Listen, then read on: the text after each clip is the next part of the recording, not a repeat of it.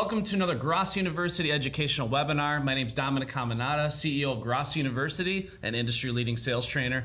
We have the honor of being joined today in the studio by a true industry legend, Tim Mush, and I truly mean it. This is one of the most legendary guys in the home improvement industry, who is the business development specialist at one of our proud sponsors at Paradigm Vendo and an absolute mountain of wisdom in the industry. Today's educational webinar is going to be titled From Understanding to Closing, How the Needs Assessment Impacts Your Presentation. And we felt that this webinar was very needed and timely due to the fact that I'm seeing a lot of companies and a lot of sales professionals skipping this step entirely and not really putting enough emphasis on the importance of a really robust needs assessment.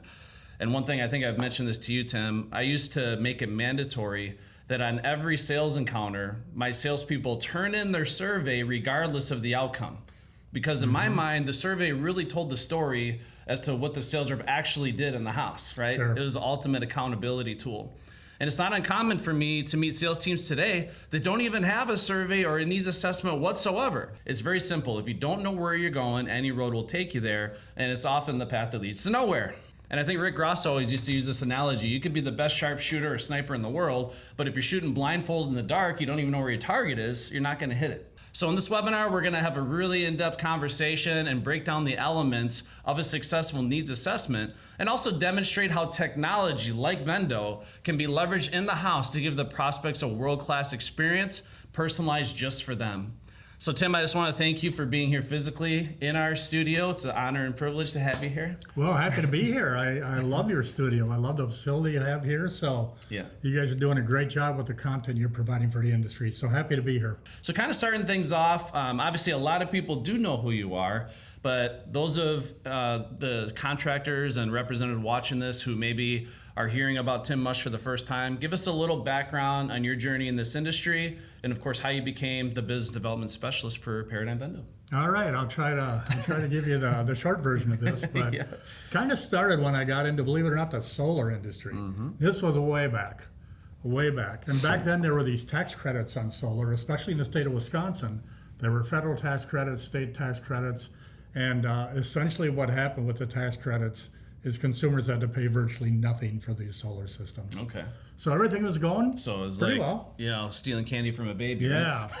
Yeah. didn't take much sales. No needs assessment there. Yeah. Didn't take much sales Just ability to taking sell order. those Can I things. take your order? You bet. Free solar. But here's what happened. The administration changed. The tax credits went away. The solar business died overnight back Oh then. my gosh. This was in the 80s. So we're scratching our heads saying, what are we going to do now? We have this group of about 50 salespeople that were all over the state of Wisconsin. We all had these gray pickup trucks. And we thought, what are we going to do now? And got together with a group of those guys. And one guy said, hey, I saw this plastic window. He called it a plastic window, yeah. Right. And he said, it is so cool. It cleans from the inside and all this stuff. And we said, really? So he said, let's look that over. So we did. And many of us got into the window business at that point. And myself and my brother had a window business in Wisconsin Rapids, Wisconsin, for about, I was there about 15 years. But in the meantime, what happened is in about 1984, I was watching the Super Bowl. You probably don't remember that one, Dominic. No, that was a twinkle in my mother's eye at that, That's at right. that stage. But I was watching the Super Bowl, and there was a commercial on that Super Bowl. And maybe some people that are doing the webinar know what I'm talking about. It's probably one of the most famous TV commercials ever. And it was the introduction of the Apple Macintosh computer. Yeah, I've seen the commercial, Yes. even though I wasn't around. Yeah, and if you haven't seen that commercial, just Google it and watch it, because the impact it had on me was quite striking. I said to myself, I don't know what that is that they just advertised, but it looks like something that might change the world. And it did. Yeah. So that stayed in my mind for a number of years. In the meantime, doing the window business, going great and all that. But about 3 years later, it took me 3 years, and I said, I'm going to get one of those computers and try to figure out how to make it help us in our business. So I went down to the local Apple store, because it's the only place you could buy them back then, and bought this little 9-inch black and white Macintosh computer. Still have it. Do you know what they were selling those things for back then? It was $3,400. Oh my God, for a 9-inch? Yeah, it did not even have a hard drive. It had 2 floppy disks. One had the system software and one had the data so files insane. and so forth. And just think $3,400 back then. What would that be today? Like Oh, I 20 know. grand? Yeah, a lot. But not only that, I needed a laser printer. Yeah. And that was $6,900. You know, so I made that investment, and really why I bought it is I thought, hey, this thing could really help me create newspaper ads, yellow page ads, because that's how we did marketing back then. Yeah. And found out it had a little programming language in it, but I decided to jump into the tutorial and take a look at that. And it said, do this. It said, type in these words, on, mouse up, and I did. And it said, hit return, and then type the word beep. Hit return, I did. Next line, end mouse up. Type that in. So I ran the program. Before I ran it, I thought to myself, I think I might know what's going to happen or supposed to happen when I click this mouse. And I clicked the mouse, and sure enough, the computer beeped. Oh my gosh. And I went, holy crap, is it this easy to do this? Yeah.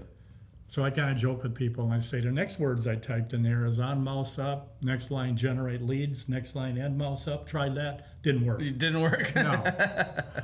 So I spent the next 4 or 5 years, figured out how to write programs with that programming language, and created what we now know as a CRM. Yeah. Back then, those letters weren't even put together. Turned into a product that maybe many people have seen in the industry called MarketSharp. Yep. Spent about 25, 30 years at that. And that business went well and was acquired by private equity.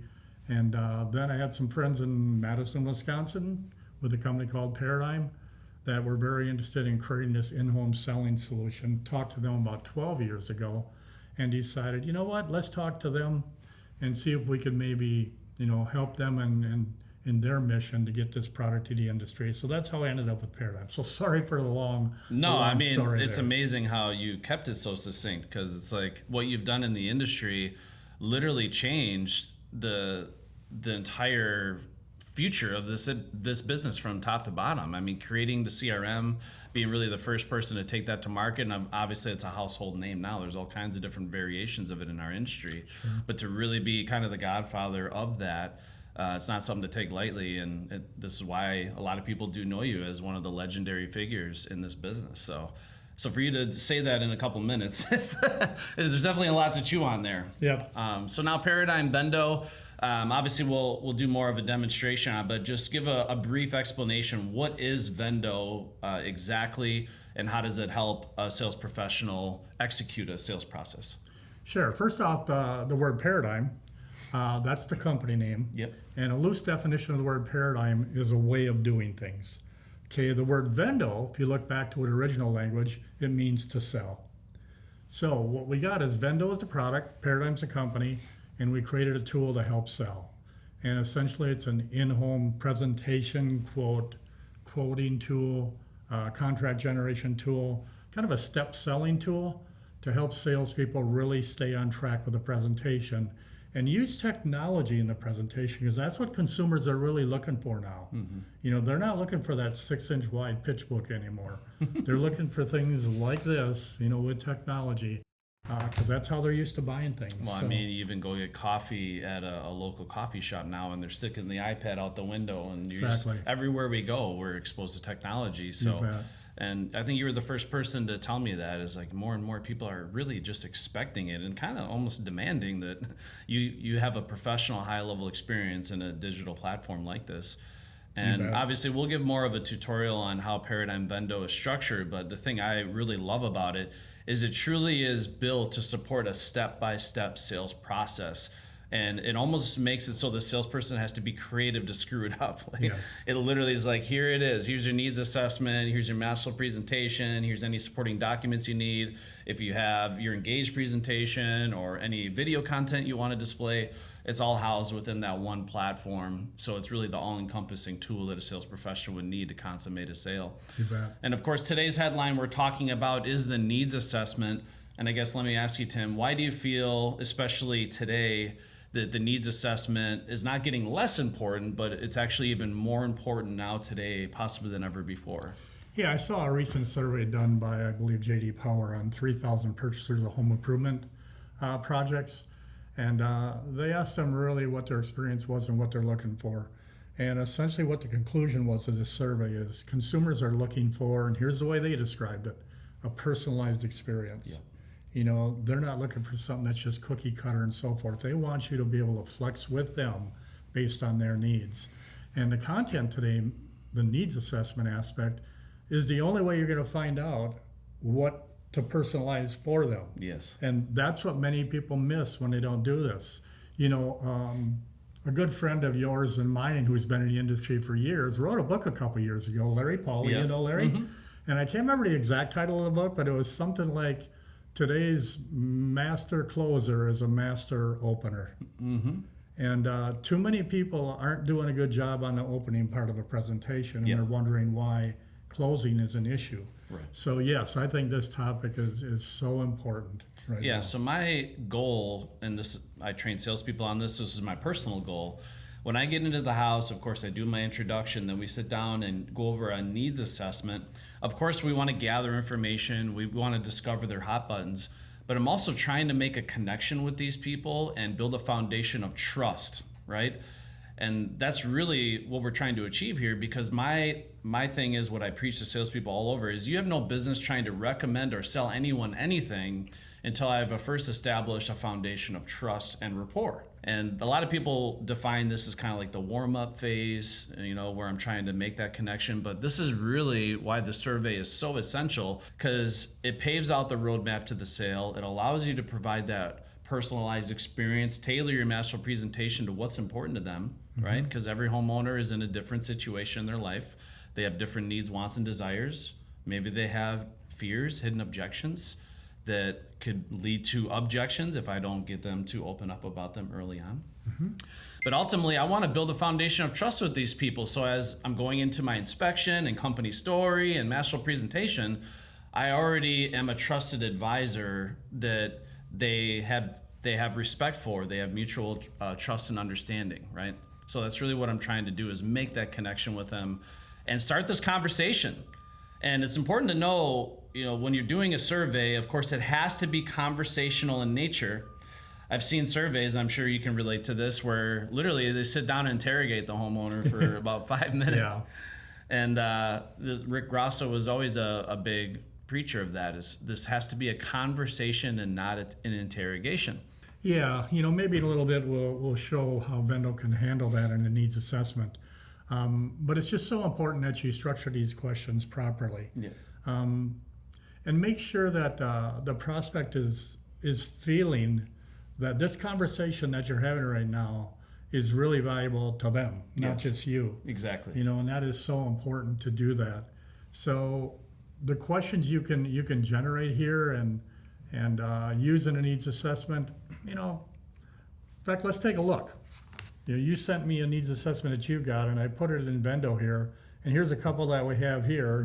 Naturally, how'd you hear of our company? Yeah. How long have you lived in the home? And why don't you, if you don't mind, why don't you make a comment or two about why these questions are so important in the needs assessment? Absolutely. So- Yeah. So how did you hear about our company? So of course, naturally, before you go into any house, a lot of times you kind of know the lead source depending on how your company issues leads.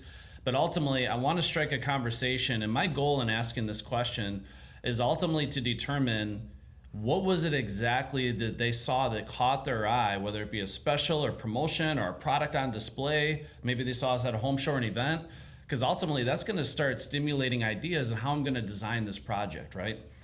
For example, if I say, 40% of our business, John and Mary, actually comes from referrals, word of mouth, and repeat business. And we've done a ton of work in this area. I'm just curious, were you referred by somebody? How did we get here today, right? Yeah. And of course, by asking that question that way, I'm starting to establish credibility, again, social proof, bandwagon theory, all that stuff. And sometimes maybe they were referred by somebody, right? And this is important, right? So let's use that as an example. This is why in the survey it's important where we use layering and asking more open-ended questions to get more information. So let's say I asked that question, were they referred by somebody? They say, yeah, my neighbor down the road actually got their windows replaced by you guys. That's incredible. Do you remember how long ago that was precisely? Was that this year or was that in a previous year? Oh yeah, they did it earlier this year. That's amazing. Did you get a chance to see the project before and after? Overall, how was the experience? And did you get to see the crews actually getting the work done? How long did it take for them to get that project done? And overall, after your neighbors got the work done, how did they feel about their experience from start to finish working with our company? So again, you're getting the homeowner to sell your company to you for you. And then I used to drop a line at this point. Isn't it likely if you were to work with us on this project, you would also have the same great experience that they did? So I'm one question into this survey and I'm already getting commitments to buy depending on how you have this conversation. But it's important to ask those questions and get the homeowner to open up and start telling you things. Now, occasionally they'll say, well, I saw your ad on TV. I'm really glad you said that because I know we have some amazing programs and promotions specific to our TV viewers. Do you happen to recall what specific promotion or financing offer or what you saw in there that caught your eye specifically? I want to make sure you can redeem anything that was promised to you. And they say, oh yeah, I saw that you have 60% off labor and no interest financing for 18 months. And if they're saying that to me, what does that tell me? Now I know that they like things when they're on sale and they like financing. Is that important to know in a sales encounter? And say, yeah, ever since we've been offering that no interest financing and that labor promotion, our phone's been ringing off the hook. So you definitely called us at the right time. We would commend you on being proactive. And anything else in terms of products and services in that TV commercial that caught your eye? You know, maybe they saw a beautiful shower that was installed on display, or if I do kitchens, cabinetry facing before and after, whatever it was. Get them to start describing what they saw that caught their eye, and it's going to give you some inspiration, maybe some design elements, right? Now, sometimes they say, well, we ran into you at a home show or an event. Now, I'm just curious, John and Mary, when you went to that home show or that strawberry festival, when you're walking by our booth, did the promoter we have there tackle you to the ground and drag you into the booth? Or did something catch your eye that intrigued you, that caught your interest, that caused you to want to learn more? And I want to get them to share that experience, like what caught their eye that made them comfortable enough to go walk into the booth, right? And of course, once you enter the booth and you're talking, do you remember who you talked to at the booth again? Oh yeah, it was Jimmy. Yeah, Jimmy, I mean, he's been with us for a long time. Hopefully he did a really good job answering your questions. What made you feel confident enough to give Jimmy your personal information? I mean, your address, your phone number? I mean, did you hear about us before meeting us? Did you already have some idea on how we work here at our company, right? So get them to sell why they trusted Jimmy and why they trusted you in order to schedule the sales encounter. But these are all examples on how, just by asking one question, how did we get here today? Now I'm having a whole conversation and getting a whole bunch of ammunition that I can use to tailor my presentation and actually set up the close, right? So begin with the end in mind, right? So that's kind of what we're doing here. So in just listening to you there, it's clear to me how important it is not to have your needs assessment be a series of yes and no questions. Correct. You know, because that's not going to get you very far. You got to do it. You know, I saw some research done recently. I can't remember the organization that did it, but they analyzed about 30,000 sales presentations. And they enlightened me to something they call the 57-43 rule, which I've never heard of before.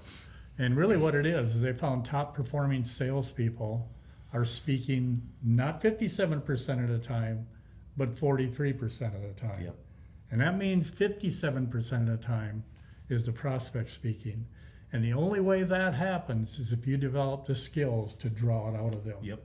And in structuring your needs assessment, make sure the types of questions you answer do just that. You know, it's kind of interesting. I'm thinking back years ago when I was selling windows in the home. You know, didn't have any of this technology and so forth. No one ever trained me on things like needs assessment and all that. But there was a sales trainer that I did get some information of. He was kind of a general industry, not an industry sales trainer, just a general one. And his name was H.C. Peebles. And I wish I could find those cassette tapes because some of the stuff he had was just awesome. And he talked about the concept of emptying their bucket, you know, and it's essentially what we're doing here. And he just kind of visually did it this way: if you want to pour more water in a full glass, you got to empty some out first. Yeah. And that's essentially what we're doing here is we're helping the prospect tell us what their needs, wants are. Yeah. So important. And what I did is I created a little index card, had 4 things on it: selling windows. And really what the questions were is how much importance do you place on, and then there were 4 things. Yeah. Decreasing home maintenance, energy efficiency, improving home value, and there was one more there. And I had them rated on a scale of 1 to 5. And I actually turned it into a little bit of a joke thing with them. You know, I would take it from them and most of them came back 4s and 5s. Mm-hmm. You know, I'd take it from them and I would add up their total and I'd say, oh, looks like you scored 17 on this little quiz. I got to tell you, everybody that scored 14 or over has ended up buying our products. So, That's awesome. Well, that's an example of planting the seed, right? It So is. you're planting those seeds early on, and especially if you do it with a little sense of humor, the right Yeah. tonality, it's harmless, but it's sincerely powerful that those little things make a big difference. And even like the question too you had there, how long have you lived in this home? Okay. Yeah. Now, a lot of times I know that answer before I get there because I've researched them on Zillow or looked them up on some sort of real estate app. And I think this is highly impressive if I can come in here. So now, correct me if I'm wrong, John and Mary, according to my notes, it looks like you and your husband have been living here about 5 years. Is that accurate? And all of a sudden they're like, wow, this guy's really professional. Again, how do you know that? Well, again, we like to do our research so we can provide exceptional service to our customers. Now, how are you differentiating yourself for every amateur that skipped this? They're like, holy cow, this person's coming armed for battle. And then I piggyback into that, right? Because a lot of people are afraid, like, if I bring up how long you plan on living here, everyone's selling their home miraculously now, right? How long you plan on living here, John? Well, we might sell next year. And then you shoot yourself in the foot. So there's a strategy in how we ask these questions, and this is why it's important that you master this and you role play and you drill and rehearse. But the way I always let into that question, I say, Tim, when I meet with homeowners looking to replace their windows, I find there's 3 different types of homeowners that I typically meet with. One is the homeowner that says, Dominic, I'm going to live in this house the rest of my life. This is for my forever home. They're literally going to be carrying me out of here in a box, and I want the last window I'm ever going to invest in. I don't want to ever have to do this again. And I love that type of customer because we have a double lifetime warranty. It's going to be good as long as they live here. And then I know I have a client that we're going to have a long relationship with forever. So that's one of my favorites. Sometimes though, John and Mary, it's the exact opposite. I pull up to the house, there's literally for sale sign in the yard. And the only reason they're looking to invest in new windows is for resale value and curb appeal. Because everybody knows one of the most important things we can do to a home is beautify the exterior, make it have more curb appeal, but improve the energy efficiency and performance of that home. So by saying everybody knows, they don't want to be the only person that doesn't know this. Now they're like, oh yeah, we agree. And everybody knows one of the best things you can do to add value to your home is get all your windows replaced, right? But the most common homeowners I meet with, Tim, is usually a combination of the two. Yeah. It's a homeowner that says, I want a good quality product that's going to stand the test of time while I'm here. But also maybe 5 to 10 years later, if I choose to sell the home, I want a product that's going to maintain, hold its value, and give me a good return on my investment. So let me ask you a question, Tim. Are you living here forever? Are you moving tomorrow? Is there probably a combination of the two? Mm-hmm. And a lot of people agree to the third one. It's a combination. Yeah. And the reason why this is powerful now is I can sell them on the benefits, the lifestyle enhancement, the personal enjoyment, the comfort, efficiency, the return on investment while they're here. And I can also demonstrate the resale value if and when they choose to sell the home 5 to 10 years from now. And of course, educating them, we're not selling them a depreciating asset. This is something that's going to appreciate over time. So you're really adding a lot of firepower now to your master presentation because I can tie back to those things they told me earlier. I know you said a combination of both is what you desire. Let me show you just from efficiency alone what you can anticipate saving on energy in the next 5 to 10 years. I know you had mentioned resale value is important to you, Tim, maybe 5 to 10 years from now. Let me show you what you can expect to recoup just in resale value alone, giving you a huge return on your investment. So I'm tying back to those things now. And this is why the survey is so important is I'm laying down the foundation, this trail of breadcrumbs, planting these seeds, and it really paves out that roadmap to the sale beautifully, and it's stuff I can tie back to throughout the duration of this sales encounter. Which leads to a really important topic that we train on at Grasso University, and this is something Rick Grasso was an expert trainer on, is the notion of seeding and layering. So seeding and layering. So it's simply when you plant a thought or idea in a prospect's mind, and then through constant reinforcement, you allow that thought to nurture and grow into belief. Now, let me ask you, Tim, why is it important that a salesperson early in the sales encounter starts planting these seeds, these thoughts and ideas, and then constantly reinforce them instead of just telling them one time and expect it's going to stick? You really do have to have this build in their mind as you're going through the presentation so they become comfortable with it. When you get to the end of the presentation and it's time for them to make the decision. So that is so important as seeding and layering, is continue to build these concepts over and over and over again and have them go on top of each other so they build momentum as you get down to the end of the presentation. Mm-hmm. So important. So you can tell me what you think about this, but when I'm training window companies on how a sales rep can measure all the windows in and doors in the house every time. I have this example that I use. I call it the Costco storytelling analogy. So John and Mary, let me ask you a question. You ever buy groceries or goods at Costco or Sam's Club versus going down to like the local convenience store? Or if I'm talking to you, Tim, do you ever buy stuff in bulk at Costco or Sam's Club? I do. So what's the benefit of going to like a Whole Food store or like a big store like Costco or Sam's Club where you can get things in mass quantities versus going down the local convenience store? What's the benefit to you? Well, usually it costs less. It costs less, right? So how much does a can of soda cost at the local Quick Trip versus getting it in a case at Costco or Sam's Club? Yeah, probably $3 at Quick Trip and probably 50, 75 cents. So yeah, like 600% savings, right? So that's what happens when you buy things in larger quantities. And here's a secret that the owners probably would want me to tell you, but I like to share with all my customers. And I always like that, by the way. I like filling them in on a secret. People always want to have insider information on secret, right? Classified information. Windows are the exact same thing in terms of when you buy larger quantities, it drives down the per unit price. And what I do as a free service for all my customers is I do a free health check and analysis of all the windows and doors in your house. And here's the benefit to you. This is going to significantly drive down the per unit price of each window that you order from us. And even if you so choose to start with the priority windows you deem to be the most important, I can lock in all the windows at that discounted per unit price for the next 12 months, which is going to give you a lot of protection against inflation. You know, fast prices are going up nowadays. And if anytime you need any additional pricing on windows, instead of inconvenience you setting up another in-home estimate, we can just give you a price right over the phone. But again, it's going to save you thousands of dollars on the whole project for sure. But on the individual unit price, it's still going to save you a substantial amount of money. Does that make sense?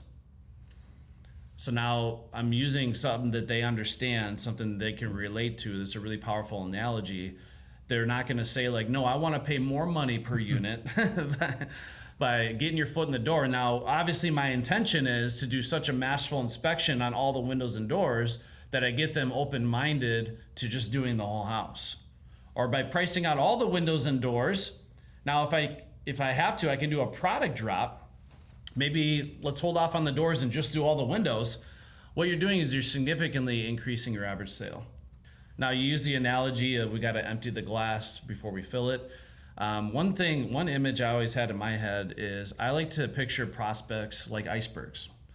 So 80% of what I need to effectively influence them is beneath the surface. And the only way I can effectively get that information out is through the art of asking the right questions. Yep. So questions are the answers. You know, I've heard you speak in the past, you know, and I think it's related to our topic here today, and I think you call it the form method of communication. Yeah, absolutely. Yep. So tell us more about that. Yep, form method. So I actually initially discovered this as a formula for people who are socially awkward and have a hard time just having conversation with anybody. Like if you go on a date with somebody or you're at a family reunion and you have no idea what to talk about. And it stands for family, occupation, recreation, motivation.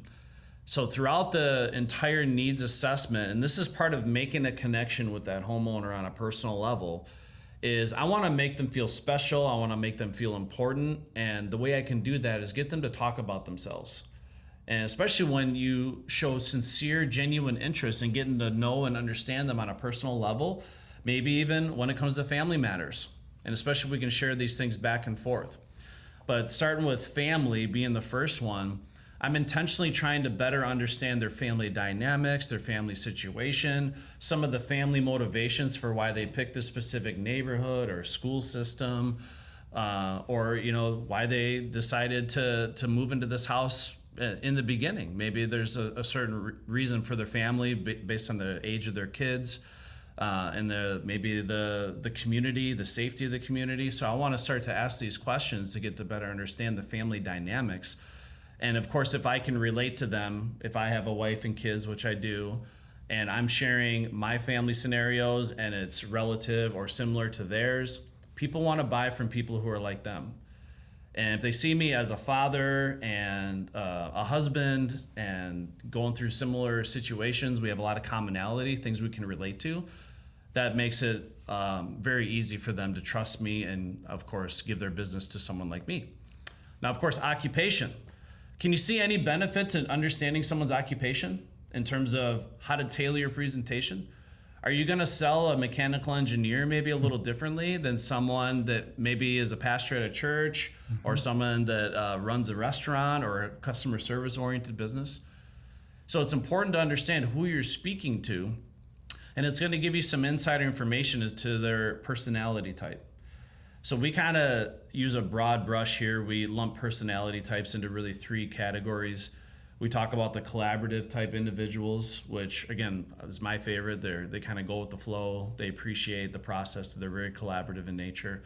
Then you got the analytical people that really want all the fine details of the operation. You better know your product inside and out. You better know all the details, or at least know how to get the answers to those questions. And then of course the assertive people, the people that want to dominate you and take control. So we got to know how to speak to all 3 of these different types of personality types. But the step 1 is, let's first get a better understanding of which one are they. Are they analytical? Are they assertive? Are they more of a collaborative individual? And what they do for a profession helped me out a tremendous a lot, because now I can relate to things that they can relate to in terms of customer service or the quality of the products that they produce, how they stand behind what they do for a living, the passion they have for their profession. Get them talking about what they do for a living. Get them talking about their family dynamics. The more they start talking about themselves, the better they feel, and it's making that connection. I often use sales, the analogy like backing a pickup truck to a trailer. So if you've ever hooked up a trailer to the back of a pickup truck, you know that you can't just go full speed at the trailer, fishtail the truck and smash the hitch onto the back of the truck and force it down the direction you want it to go. First, I got to come into alignment with the trailer, meet the trailer where it is, make the connection, and now the trailer will follow my lead. And that's what we're trying to do here in this needs assessment. I'm trying to make a human-human connection.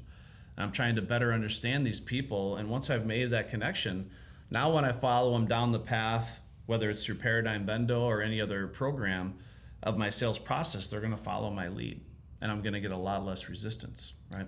Absolutely. You know, it's kind of interesting. All these things we're talking about so far really are in the needs assessment. Yep. You know, they can kind of taper off with Larry and stuff like that into other parts of the presentation, but so much in the needs assessment part, you know, can pave the way for that presentation.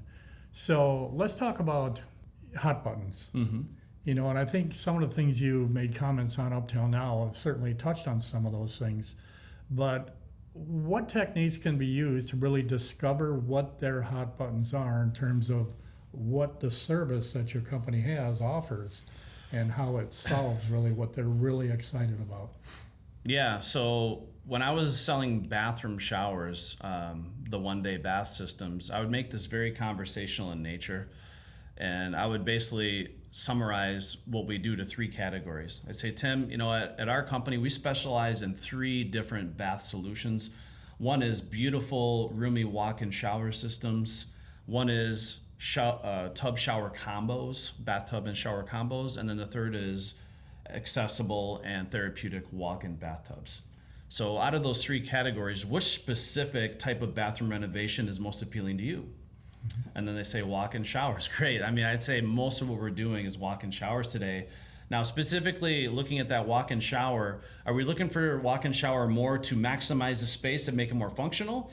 Or are we looking for something to make it safer and more accessible for you so you have peace of mind when you're walking in there, we're not going to have an accident? So I'm literally in the survey, and this is not just limited to the bath systems, I can have a huge chunk of the design and figure out essentially what are their primary motivations and hot buttons for why they want to do this. And in a similar format to what you're talking about earlier, we often design surveys with checklists where they can rate the level of importance. Yeah. If I'm selling windows, you know, let me ask you on a scale of 1 to 5 or a scale of 1 to 10, how important is energy efficiency to you when it comes to getting your windows replaced? So now I'm going to basically be able to tailor that based on the responses, because some people will say, you know, I don't pay for energy. We actually have a wood burning stove and I don't pay for heat. Well, you know, we can reduce at least the labor intensiveness of how much wood you have to cut each year, and it can save you some time and energy there. Now, of course, coming into, if you're selling windows, maybe security is their biggest hot button. And the way I can lead into that is, Tim, more and more people are concerned about break-ins. I think I read a study recently, break-ins in the American home are up about 30% nationwide. And people know that a good portion of all the break-ins in American homes are through windows. So you tell me, on a scale of 1 to 10, how important is security for you, and why do you feel it's important? So get them to share, maybe they had a situation where people did break into their house, or they can share, yeah, we've heard some situations where the neighbors, got their house broken in broad daylight. A lot of crazy things going on, right? But that's a way I can start extracting those hot buttons for them.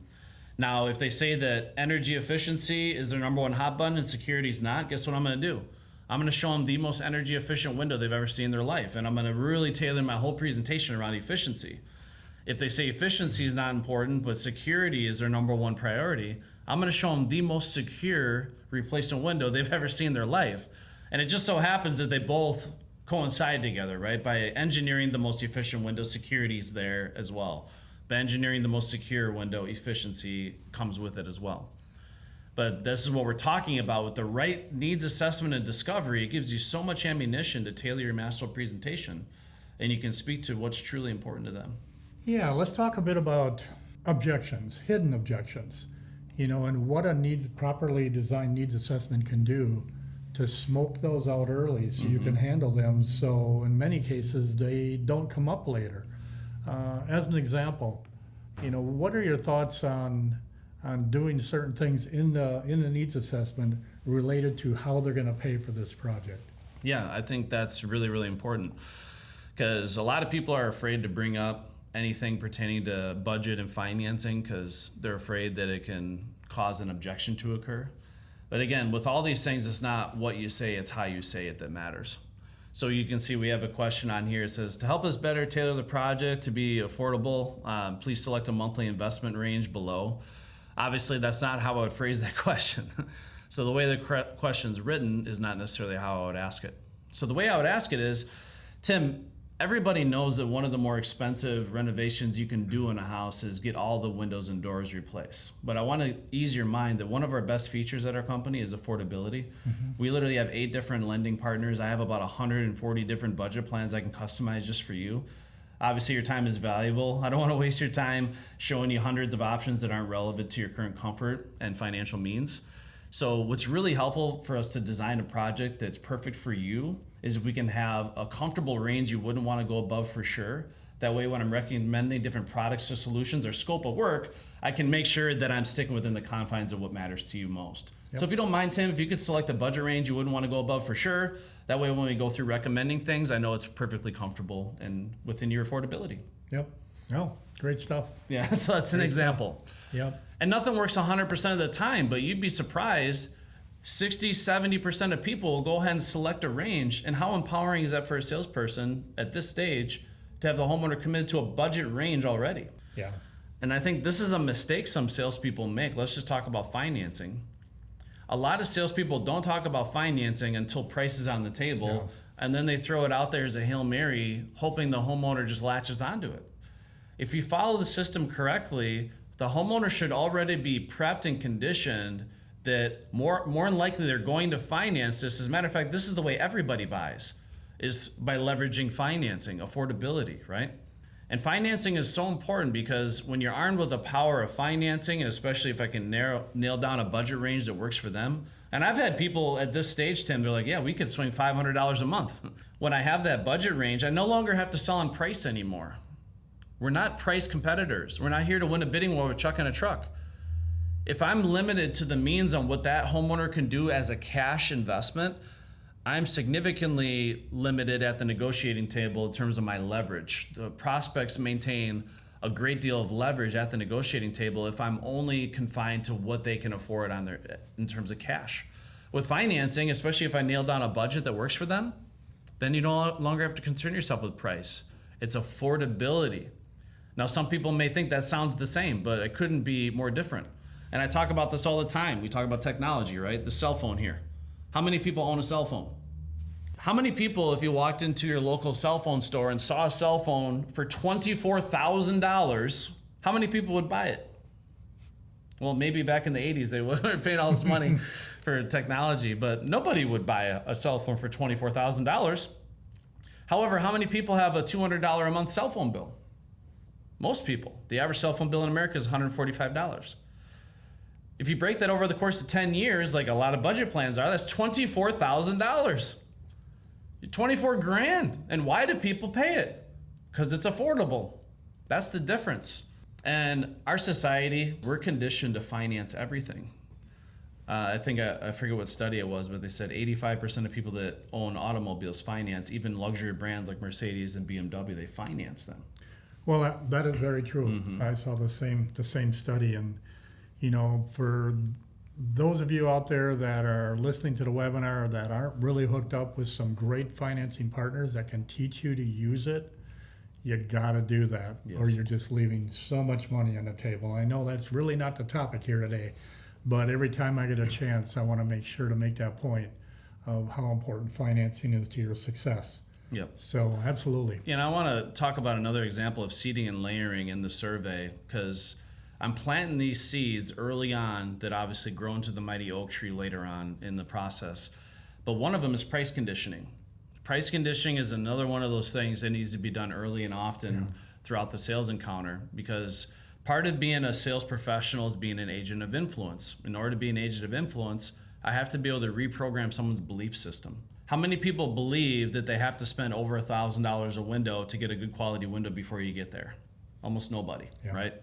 However, by the end, if you've done your job right with price conditioning, building value, delivering the masterful presentation, $1,000 should be a bargain. They should be like only $1,000, right?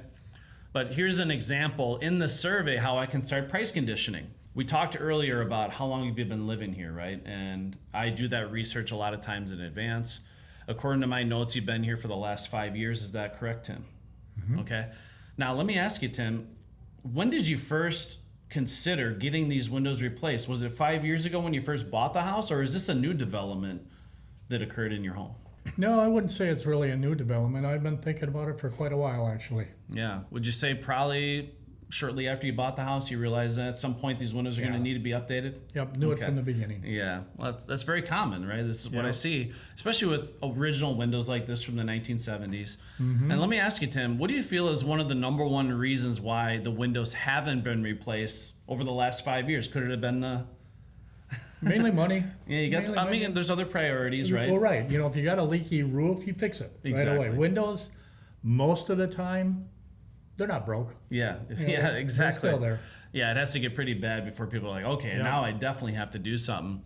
Well, I hear this all the time, Tim, because everybody knows one of the bigger projects you can do to your house is get a lot of your windows and doors replaced. Everybody knows that can be a very costly adventure. But I'm really glad to see now you're being proactive and looking to get this done, because one thing we can both agree on, it's never going to get any more affordable to do this than it is right now. So, okay, so that's an example. Now, I've literally had people at this point, Tim, where when I first got there, they were the customer like, hey, if your window's over $500 a window, we can terminate this meeting. And then I start dropping these lines. Like, everybody knows that one of the more expensive things you can do to your house is get your windows and doors replaced. And then all of a sudden they say, yeah, Dominic, we know windows are expensive. Who's saying it now? Yeah. They are. But I'm planting that seed early on that this is not going to be a cheap date. This is not going to be a cheap venture, and they're agreeing with it. But it's based on how you have that conversation. And this is why this should not be a 5-minute conversation. I've seen a lot of El Quickie surveys where it's just an interrogation for 5 minutes, write the thing down, and then, but you're missing such a tremendous opportunity to gather so much information. And you'd be blown away. And there's one phenomena I talk about called the self-disclosure loop. And to simplify it, human beings get pleasure from revealing personal information. But have you ever talked to somebody, whether it be someone you've never met before, or maybe someone at a family reunion, and you're just having a conversation? It's normal in the beginning, but because you're doing such a good job asking questions, you're doing a good job listening.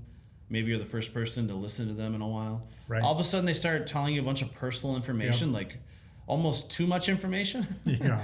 So a lot of us have had that experience, but that is a phenomenon called the self-disclosure loop.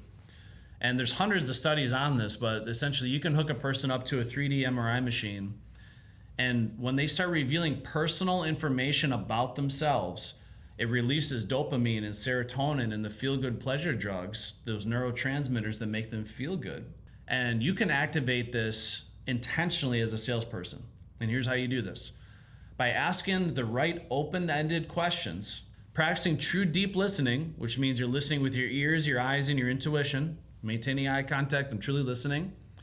After they speak, I pause for a few seconds, truly process the information, and then respond with another layering open-ended question that truly demonstrates I was listening to what they said, because my open-ended question is built on the foundation of what they just told me. And all of a sudden they start telling me more, and they tell me more, and then all of a sudden they'll get really personal really quickly.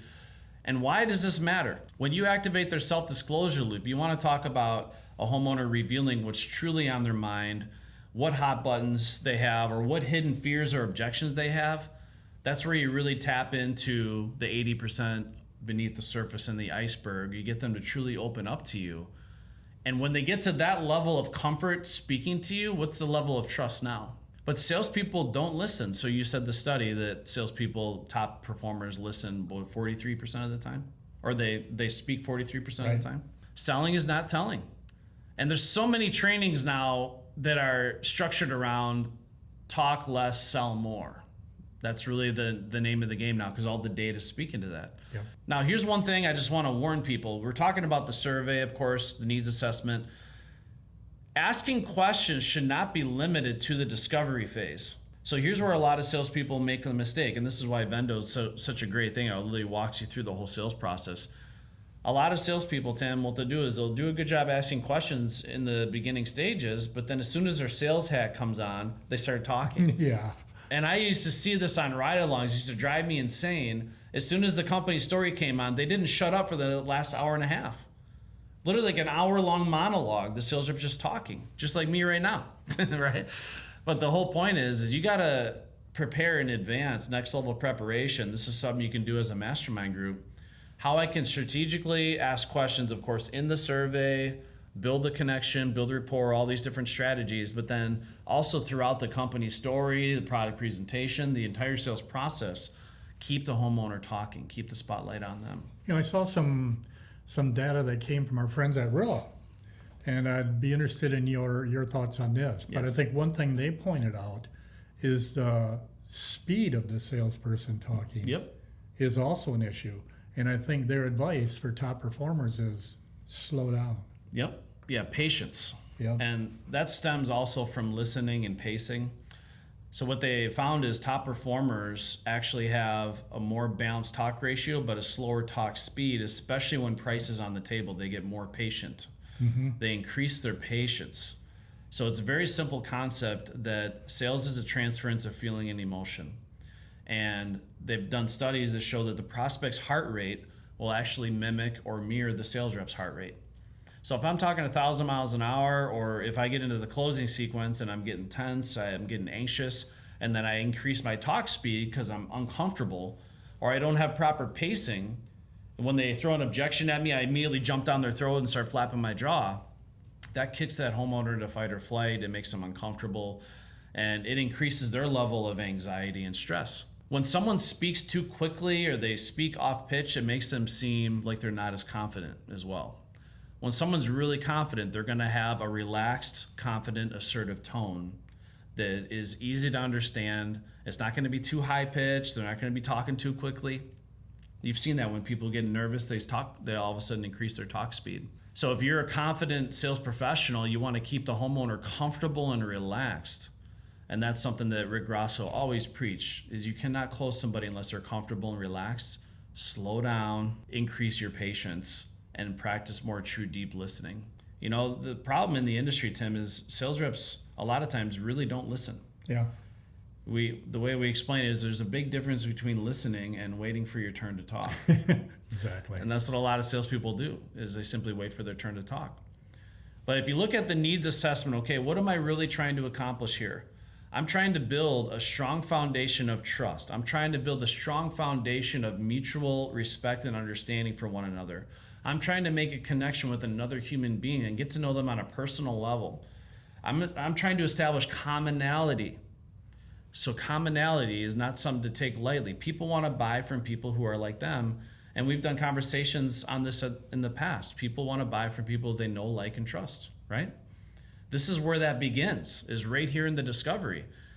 And my personal experience and the experience of the thousands of salespeople I've influenced, the more dialed in I am on the survey, the much easier every other step and the more powerful every other step in the sales process becomes. I don't want to be a stranger that's spitting opinions at them. I want to be a trusted advisor that they really respect and that they take to heart when I make recommendations. When they start asking you, what would you do in this situation, Dominic?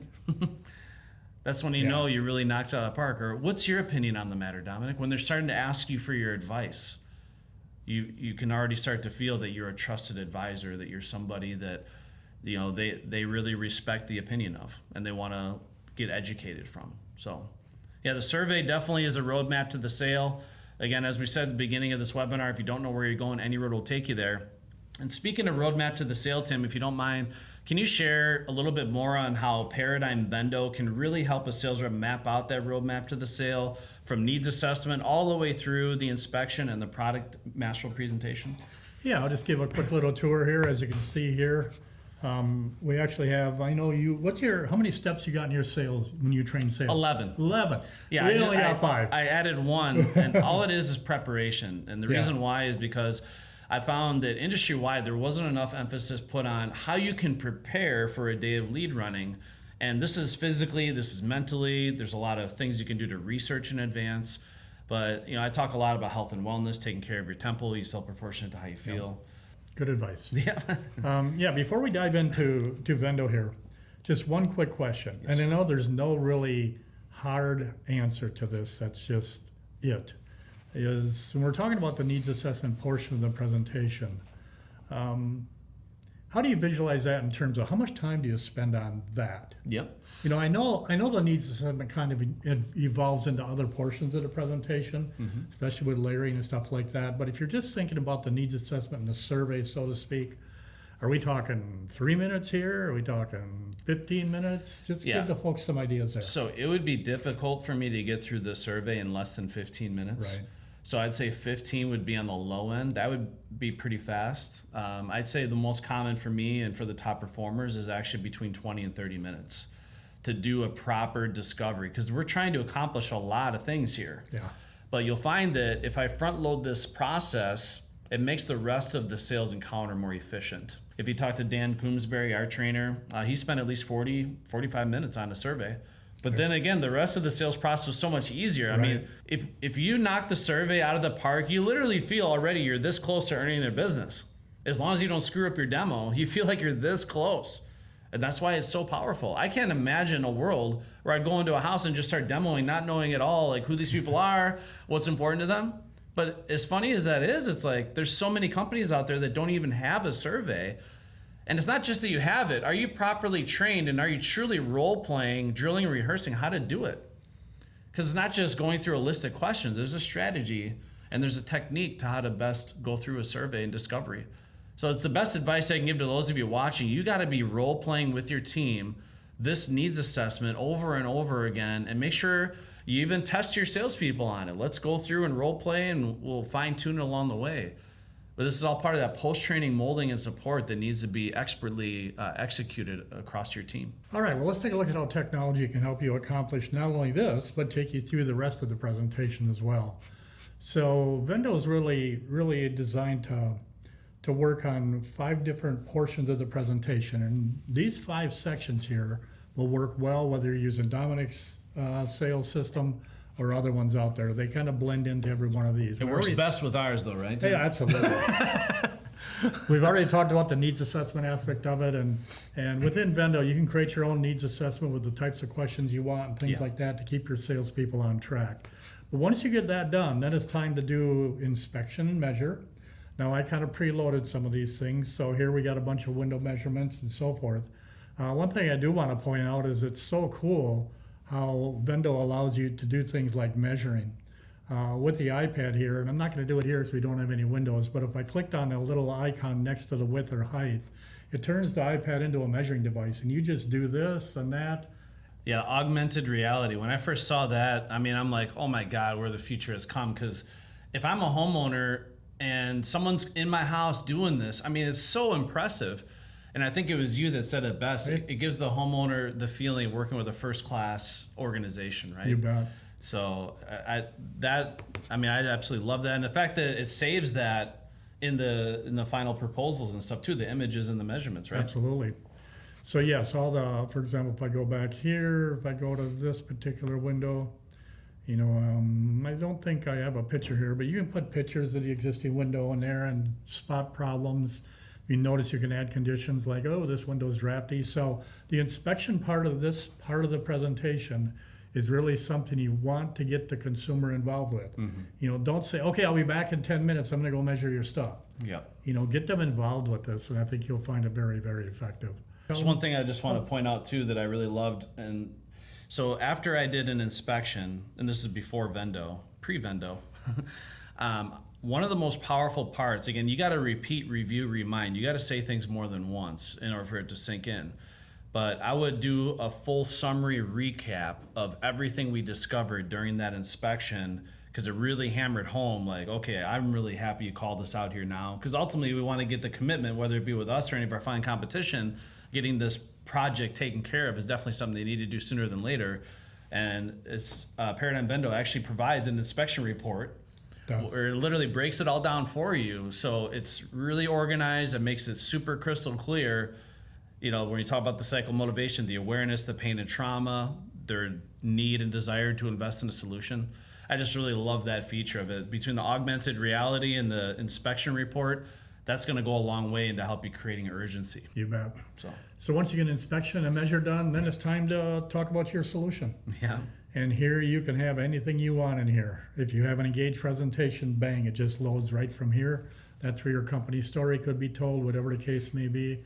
If you want to take them per price conditioning to Remodeling Magazine's cost versus value study, whatever you want, you can have any type of resource you want here. If you work with our friends at Destination Motivation, you can have all their stuff there to tell that story. Yep. So this is really cool here, where you can have any resource you need to make your presentation and to go ahead. Now remember where we're at right now in the presentation. You did the survey, you did the needs assessment, you got them some things to hang your hat on now. So this part of the presentation is where you're gonna fill that bucket back up. Mm-hmm. We emptied the bucket in the leads or in inspection. But now we're going to fill it back up. Google reviews can be here, whatever you need. Yeah, it's powerful, because I've seen commonly, and this is old, before any of this stuff was available, salespeople would have their pitch book, they would have their cell phone, they would have maybe another tablet, but they have all these different things and all these different websites because they have a video here, a picture here, an image. It's like everything's housed within one dashboard now, and you can truly customize it to anything you want the homeowner to see. So. You bet. Now the next part is product selection. Mm-hmm.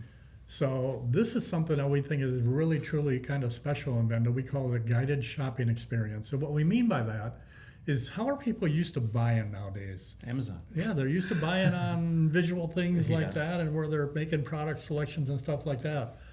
Oftentimes our presentations aren't that way. We're telling them what they need. No, not the case. Let them pick. Yeah. So I've got these things preloaded, but if I go to any one of these particular windows that we have in here, this is where you can come in and pretty much lay the whole thing out.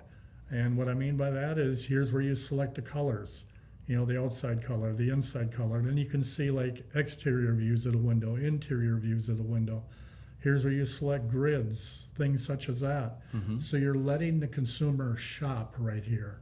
And that is a little bit of a different experience than many of us have been doing in this industry for years and years. And I think people are used to this.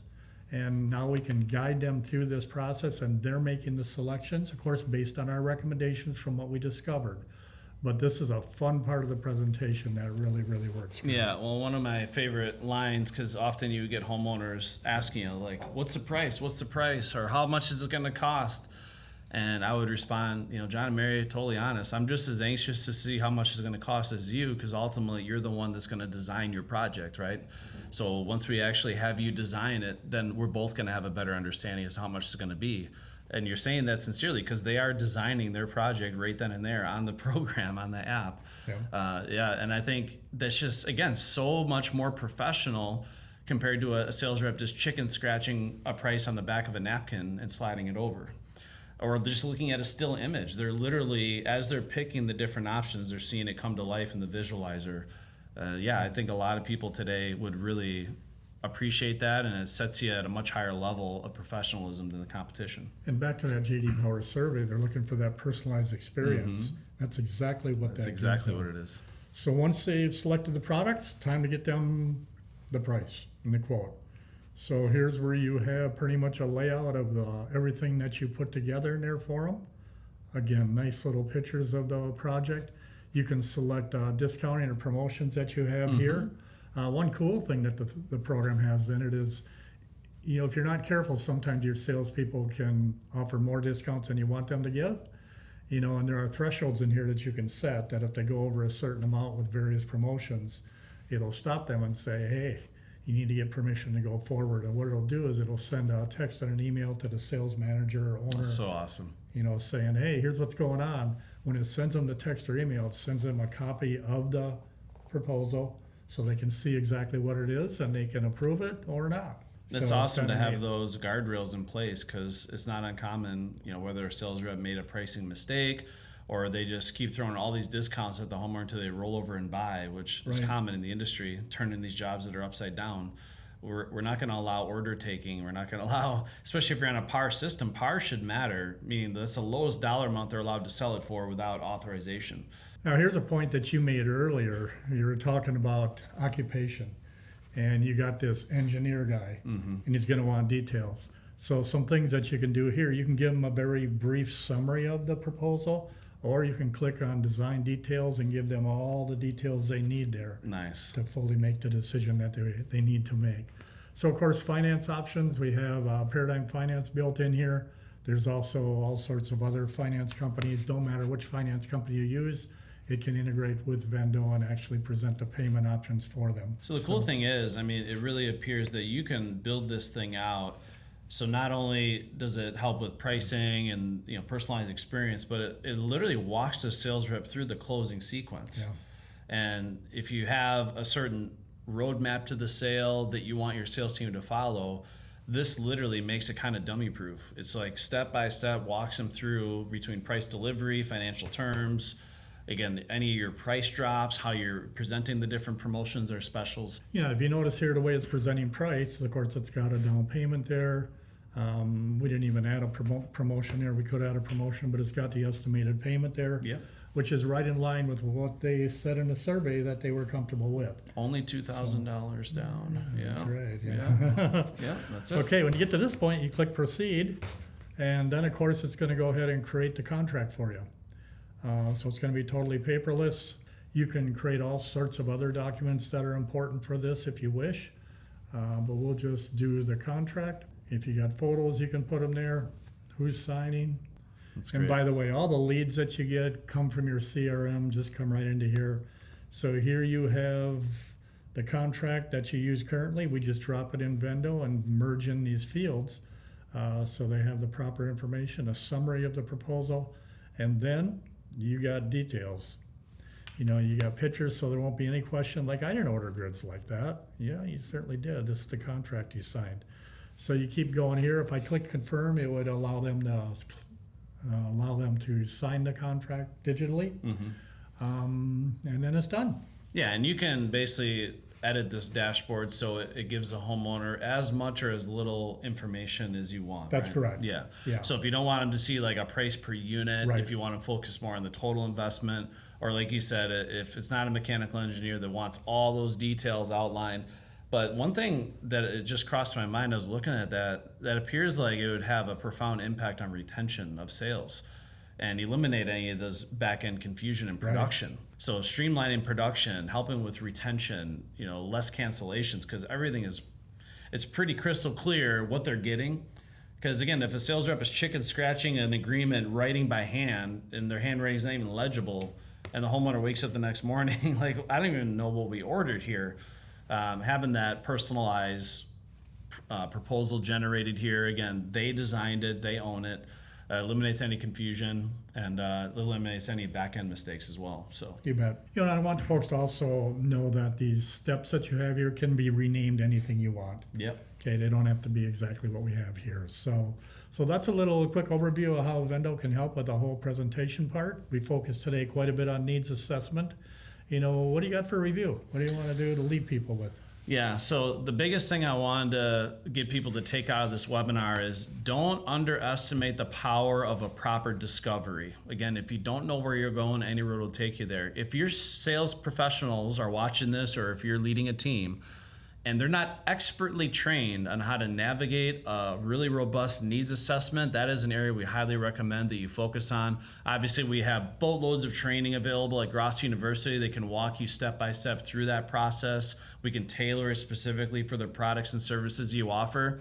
And obviously, if you're watching this and you're still doing things the old-fashioned way on pen and paper, the old horse and buggy, make sure you get with our friends at Paradigm Vendo. Get signed up here. This alone is going to streamline your entire sales process, your entire production team. It's going to make everything more profitable and efficient for your organization. It's going to eliminate so many headaches. And again, the ability to customize this to exactly what you need. And how many different product verticals are you involved in right now? Well, where Vendo's really, really sweet is in windows and doors, of course, siding, roofing, one-day baths, things such as that. Yeah. Really not a product that's ideal for like design build people. Yeah. Yep. Mainly it's especially remodelers. And we know there's plenty of those. Yeah, exactly. Yeah, it's a big chunk of the whole world. So, but yeah, Paradigm Vendo, and I just want to be clear, like Gross University, we have this unique perspective of really knowing all the different technologies that are out there. We vetted them all, and the reason why we felt compelled to partner up with Paradigm Vendo is because of how their program fits with a step selling sales process so perfectly, and how it makes it so easy and effortless for a sales professional to navigate a step-by-step methodology, which if you know our sales process, this literally is the digital version of our sales process right here. And when we train salespeople to ensure that when they go into a house, they have success that's replicatable, duplicatable, predictable, consistent, it's important that you provide them with the tools to accomplish that. And I can't think of anything better than Paradigm Vendo. One thing I want to mention also is one of the issues with getting an in-home sales platform up and running for you is getting your pricing in there. And Paradigm as a company has products that go well beyond Vendo. They work with all the major building manufacturers, suppliers, the Home Depots of the world, the Menards of the world. We have all these product catalogs, is what we call them, where we have all this product information in the system, so to speak, with pricing, that if you happen to sell that particular brand product, we can pretty much flip switches and your pricing is in there. You just layer on your markup and things such as that. Saves you a ton of time trying to start from scratch and get all of your product vendors in this yeah, tool. because a lot of time that's put on the contractor themselves. Like, okay, so here's our technology. Now you need to spend the next 2 years building out every single type of product or service or widget that you have to offer. It takes forever. So yours is pretty much just for certain product verticals. It's plug and play. You turn it on. Whatever manufacturer you choose, you integrate with that manufacturer. You have all the data. And again, because Paradigm's been doing this for 2 decades now or more? Yep. Several decades. So they're definitely not new to the game. And it was innovative then, it's innovative now. And again, I can't think of a better platform to really hold a sales team accountable, walk them through the step selling system, and allow them to deliver the best masterful presentations consistently every single time. So as we mentioned, the survey is absolute gold in the house. And again, we titled this webinar for a reason, how the needs assessment can impact your masterful presentation, of course, set you up for the close. So make sure you take this very seriously. And again, get the necessary training from us if you need it. Get with Paradigm Vendo, get the tools to make this happen. I promise you that with world-class training, world-class technology, it is guaranteed to take the performance of your team to record-smashing levels. I just want to thank you again for your partnership. And if people want more information, they want to schedule a live demo with Paradigm Vendo, what's the best way to reach out? Just go to the website, www.paradigmvendo.com. Now, Paradigm is somewhat of a tough word to spell. Yeah. It doesn't spell the way it sounds. It's got a silent G. Yeah, that's right. So check us out there and just request a demo. I think it'll be some of the best 45 minutes you'll spend in your business to see a tool like this. So thanks so much, Dominic. The information you provided the group today, I think, is spot on and could be very useful to a lot of people. And as we know, this is a pre-recorded webinar. So after the pre-recording, we're going to leave it open for 5 minutes of live Q&A. So if you have specific questions for Tim or anything about Vendo or Grosso University or both of us, feel free to ask those questions. We will be live. Again, this was a pre-recording to make sure you have the best viewing experience possible. Again, thank you for being here in the Grosso University studio. This is, I think, the third webinar we've ever filmed here. So third time's a charm. All right. And I appreciate everyone taking time out of their day to invest in their education. Again, this is another Grosso University educational webinar with our partners at Paradigm Vendo. Just a friendly reminder, November 14th and 15th, we're going to be launching our third annual Agoge Growth and Profitability Summit. This is a world-class experience where owners and leaders in any department in your organization can come down to Amelia Island at the Omni Resort in Florida. It's absolutely stunning. And we got 2 action-packed days with the brightest minds in the home improvement industry. They're going to show you literally everything from phone call to install, everywhere in between, how to grow and scale a profitable Apex level company. And of course, our friends Paradigm Vendo will be there. And they even have some complimentary tickets available. So if you do schedule your demonstration with Paradigm Vendo, make sure you ask them about getting a complimentary ticket that carries about a $1,900 face value. So it's not something to take lightly there either. And again, I can't stress enough, these events would not be possible without the support of our sponsors. So we want to thank you, Tim, for continuing to support Grosso University and what we're doing. Looking forward to that event. The content's going to be great. But you already mentioned the venue. That area there is spectacular. So yeah, it's great oceanfront. Every hotel room has a view of the ocean, and we have an 11,000 square foot ballroom. It's going to be the biggest event we've ever hosted at Grosso U. So a lot of fun stuff in store. Again, thank you for tuning into this educational webinar. And as always at Grosso University, yes, you are a closer.